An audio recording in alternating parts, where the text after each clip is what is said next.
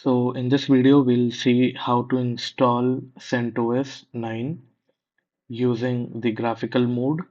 For that, I'll just go with File, New Virtual Machine. Option will be typical. And here I'll give the name CentOS 9. You can give any name of your choice. I'll provide 50 GB hard disk and with 4 GB RAM, 2 core processor, and I will attach the ISO. That's it. So to begin with the installation, this is sufficient. Here I will power on my virtual machine and I'll go with the first option, that is install CentOS Stream 9.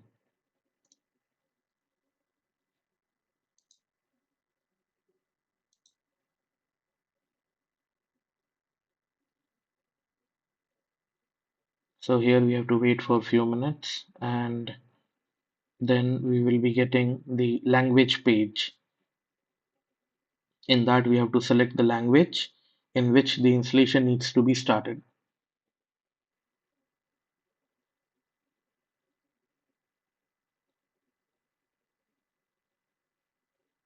So the installation is initialized. No need to do anything in this case as of now.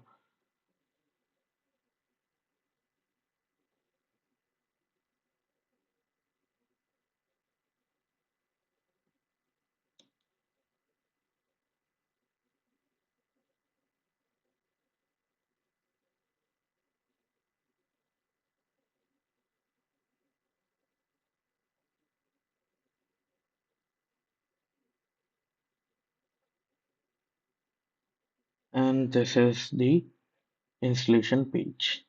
So I'll change the language as I want to continue with English India.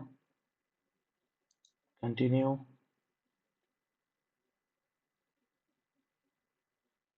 So in this, we'll start with the basic localization. So you can see here keyboard is set to English with English India with rupee symbol.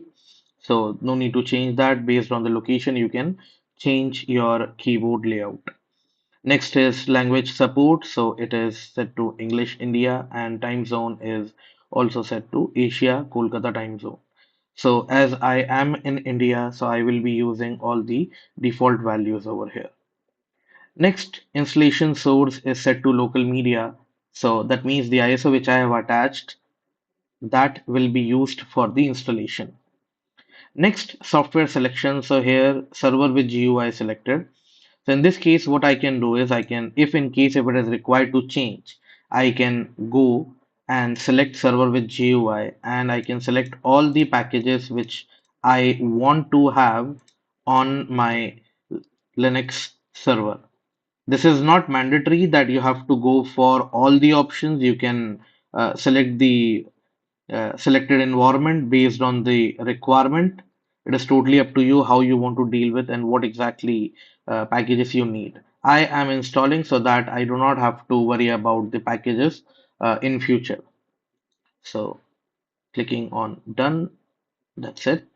Now I'll go with installation destination. Here I'll go with, so here basically the 50 GB hard disk that we have attached, it is visible over here. I'll be using this, but the only change I'm gonna do over here is rather than going for automatic, I'll go with custom partitioning. Automatic partitioning basically will allow you to set all the required partitions automatically by the Linux itself. Sometimes it is required that I have to customize my own partitions. So in that case, I can use this custom button, custom option over here, selecting the hard disk twice and clicking on done. And this gives me the option to basically add my mount points. So I'll be sticking with the LVM because with the help of LVM I will be able to uh, extend the partitions later on if it is required. Plus symbol, I'll start with the first option, that is slash boot. which in CentOS 9 minimum required is 512 MB. So just for the safer side, I'll go with, let's say, 600 MB. I can stick with the exact number 512, but I'll just go with beyond that. Then I'll go with slash. So slash will be, let's say, 35 GB in this case. And the last one will be swap. So generally, swap is, if you talk about the actual formula, it is 1.5 times of RAM. But just to make my calculation easy, I'll be going with twice the size of RAM. RAM I have provided as 4 GB, so here I'll take 8 GB of swap. That's it. Remaining, you can see 9.38 GB is free, it's available space. So later in the standard partitioning, I can use this entire space. So done, and all looks good except changes. Network and host name. So first I'll give the name to this particular server. I can give any name. Generally, I go with server and dot my domain name. So basically, it is gonna be server dot g2sync.in, where server is the host name for the CentOS 9 machine, and g2sync.in is the domain. Apply, and it is changed. All looks good. I have got the IP address because it is connected to the NATing. Here you can see network adapter is set to NAT, because of which I have already received the IP, so I don't have to change anything over here. In case if it is required to set the static IP, I can go with configure IPv4 settings. I'll set it to manual. Click on add, and then I can provide my IP 192.168.10.10. Okay, and I can give 192.168.10.1. DNS server, if it is required, you can provide something like 8.8.8.8. Okay, that's how basically we can provide the IP address manually and save it, turn it off, turn it on, and there we go. I have my static IP address, but I'll switch to dynamic. So in that case, I'll go to configure IPv4 and automatic, and I'll delete this one.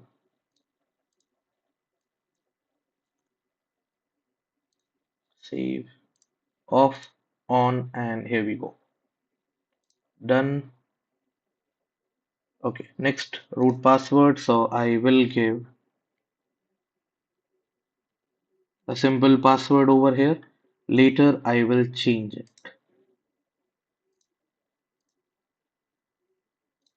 Next I'll be creating a user with my name.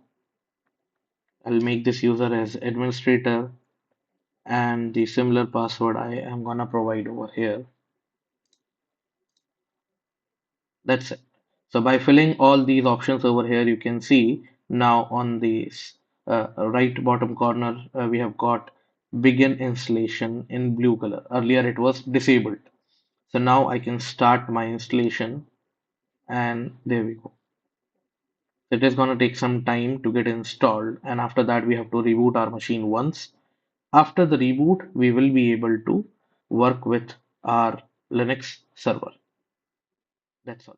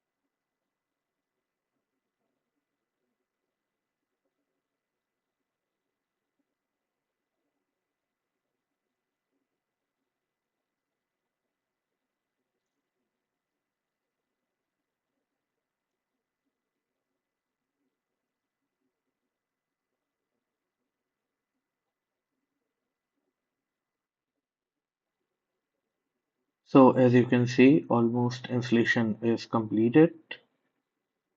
Once the init RAM FS is generated, soon we are gonna receive the button that says reboot, and there we go.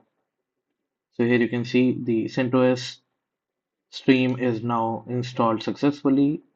After that, you have to reboot it. So click on reboot system,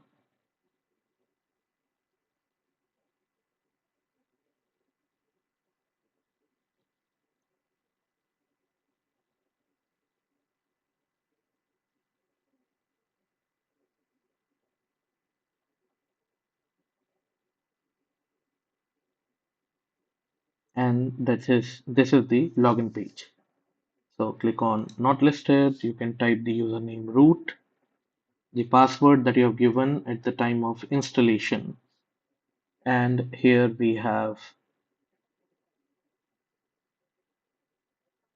the terminal.